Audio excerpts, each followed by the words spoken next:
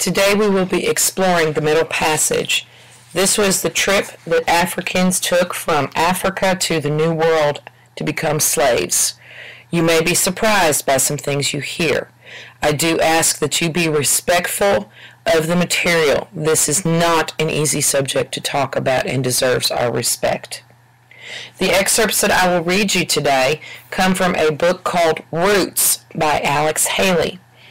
This book is a fictional account, but it is based in historic fact. The main character in this book, his name is Kunta, and he is an African who was taken and sold on as a slave. So let's get started. And again, you all are taking the place as if you are Kunta on the slave ship. Kunta wondered if he had gone mad.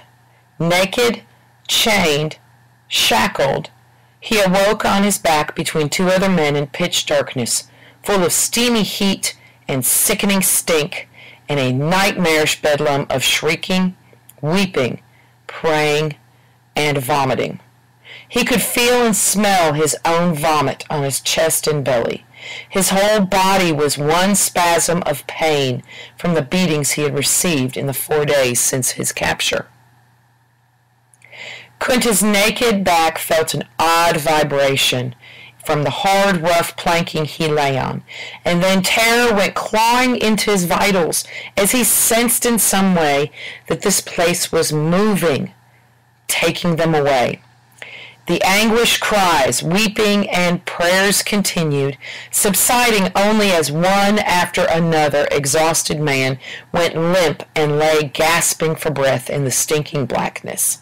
Kunta knew he would never see Africa again. He could feel clearly now through his body against the planks a slow, rocking motion. He had shouted so hard that he had no voice left.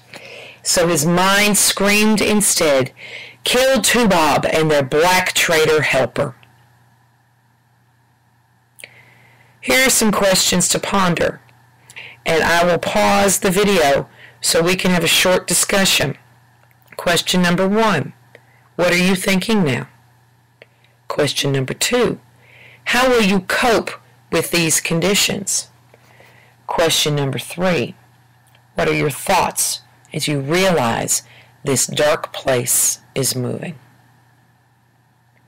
Our second excerpt deals with the capture in West Africa. Think back to what happened before you were forced on this ship. You were walking in the woods outside your peaceful village. Kunta heard the sharp crack of a twig, followed quickly by the squawk of a parrot overhead. It was probably his dog returning, he thought in the back of his mind. But no grown dog ever cracked a twig, he flashed, whirling in the same instant. In a blur rushing at him, he saw a white face, a club upraised, heard heavy footfalls behind him. Toubab! His foot lashed up and caught the man in the belly just as something hard and heavy grazed the back of Kunta's head and landed like a tree trunk on his shoulder. Sagging under the pain, Kunta spun and pounded with his fists on the faces of two black men who were lunging at him with a big sack, and at another, swinging a short, thick club which missed him this time as he sprang aside. Then the black club smashed into Kunta once again, staggering him to his knees, his head ready to explode, his body reeling. Raging at his own weakness, Kunta reared up and roared, flailing blindly at the air, everything blurred with tears and blood and sweat.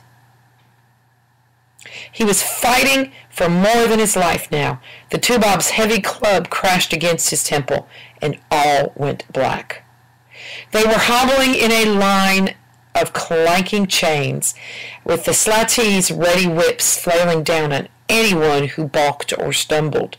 Kunta's back and shoulders were ribboned with bleeding cuts. Created using Powtoon.